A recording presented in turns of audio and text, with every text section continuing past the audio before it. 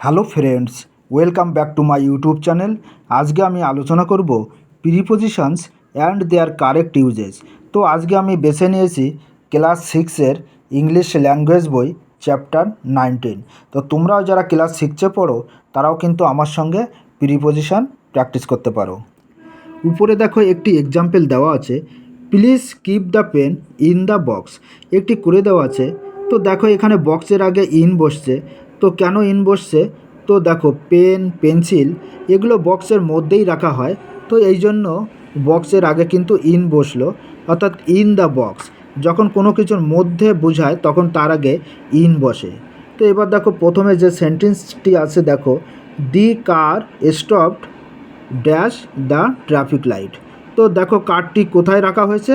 Traffic লাইটের কাছে বা ট্রাফিক লাইটের নিচে রাখা হয়েছে। তো দেখো এখানে কিন্তু আমি অ্যাড বসাবো, অ্যাড বসিয়ে দিলাম। তো কেন আমি এখানে অ্যাড বসাচ্ছি? আমরা জানি যে ছোট জায়গার আগে অ্যাড বসে আর বড় জায়গার আগে ইন বসে। তো এখানে ট্রাফিক লাইটের কাছে, তো এই জন্য এখানে কিন্তু অ্যাড বসিয়ে দিয়েছি, অর্থাৎ ট্রাফিক লাইটের সামনে গাড়িটি রাখা আছে। The books are lying the self. তো দেখো বইগুলো কোথায় রাখা হচ্ছে? সেলফের উপরে রাখা হয়, অর্থাৎ সেলফের সঙ্গে রাখা হয়।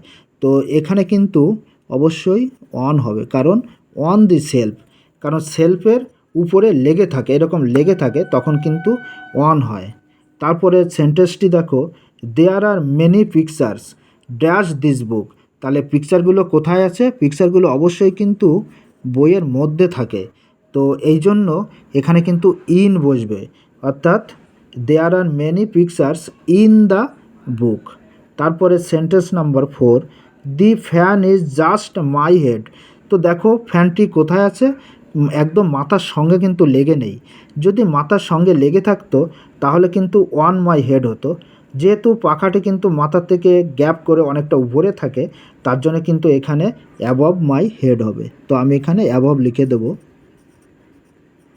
অর্থাৎ পাখাটি the fan is just above my head. তারপরে সেন্টেন্সটি দেখো, মাই মাদার সেড। মা কী বললেন? প্লিজ কাম, দয়া করে এসো, অ্যান্ড সিট নিয়ার মি, মানে আমার পাশে বসো।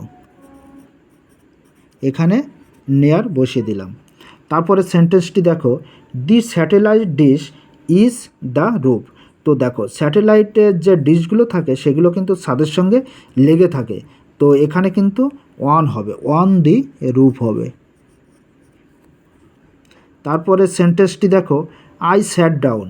আমি বসে পড়লাম। কোথায়? রিয়া অ্যান্ড দিয়ার মিডিলে।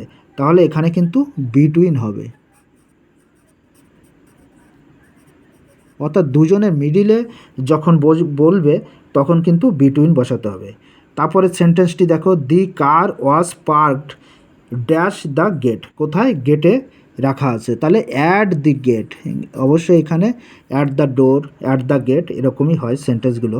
তারপরে দেখো, the bank is dash the hotel. ব্যাঙ্কটি কোথায় আছে? Near the hotel.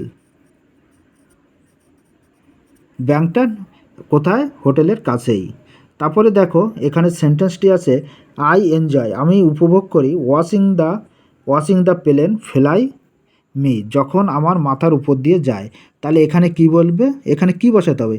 এখানে কিন্তু ওভার, এখানে কিন্তু ওয়ানও নয় আর অ্যাবভও নয়, এখানে কিন্তু ওভার, অর্থাৎ মাথার থেকে অনেকটা উপরে, আর তার যদি একটা গতি থাকে অর্থাৎ মুভ হয় তাহলে সেখানে কিন্তু ওভার বসাতে হবে। তাহলে এই জন্য এখানে আমি বসিয়ে দিলাম, I enjoy watching the plane fly over me. তাহলে তোমরা অবশ্যই আজকে শিখে গেলে কোথায় ওয়ান বসে, কোথায় অ্যাবভ বসে, কোথায় ওভার বসবে। তো এরকম ভিডিও যদি তোমরা পেতে চাও তাহলে কমেন্ট বক্সে আমাকে অবশ্যই লিখে জানাবে, আর এই ভিডিওটি কেমন লাগলো সেটাও জানাবে। তো আজকে এখানে শেষ করছি, ধন্যবাদ।